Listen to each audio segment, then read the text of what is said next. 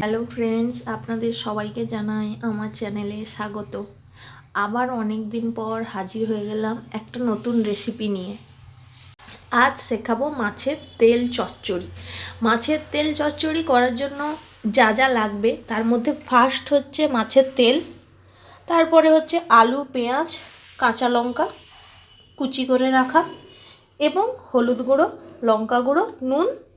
এছাড়া এই রেসিপিতে আপনারা তেল ব্যবহার করতে পারেন, কেউ কেউ না তেলও ব্যবহার করতে পারেন, কারণ এই তেল থেকেই যে পরিমাণ তেল বেরোবে তাতেই রান্নাটা পুরো কমপ্লিট হয়ে যাবে।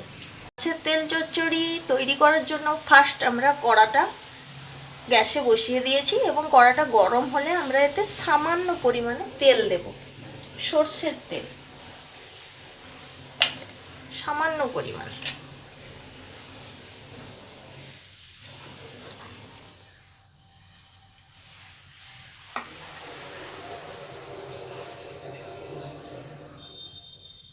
গরম হয়ে গেছে, এবার আমি এর মধ্যে আলু, পেঁয়াজ, কাঁচা লঙ্কা কুচি করে রাখা দিয়ে দিচ্ছি।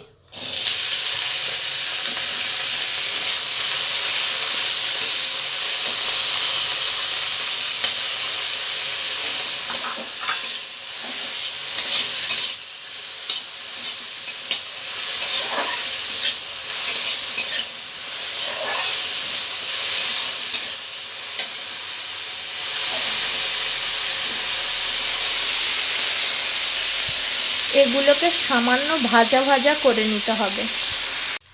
আলু, পেঁয়াজ, কাঁচা লঙ্কা ভাজা হয়ে গেছে, এবার আমি এর মধ্যে মশলা গুঁড়ো দিয়ে দেব।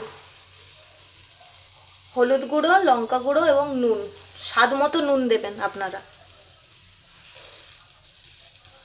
এটাকে আবার ভাজা ভাজা করে নিতে হবে।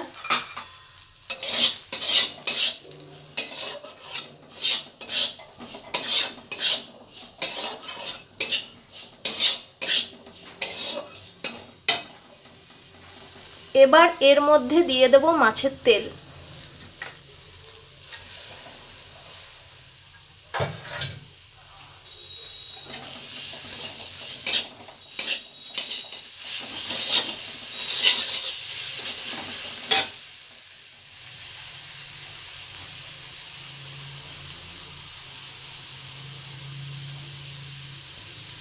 আলু ও মাছের তেল ভালোভাবে মিশে গেছে, এগুলো আরও একটু ভেজে নিলে তৈরি হয়ে যাবে মাছের তেল চচ্চড়ি।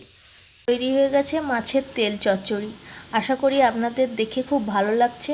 রান্নাটি দেখতেও যেমন সুন্দর, খেতেও তেমন সুন্দর, কিন্তু রান্নাটি করতে খুব অল্প সময় লাগে। অল্প সময়ের মধ্যে এই রান্নাটি দিয়ে আপনারা এক থালা ভাত খেয়ে নিতে পারবেন। রান্নাটি ট্রাই করবেন, আশা করি আপনাদের খুব ভালো লাগবে।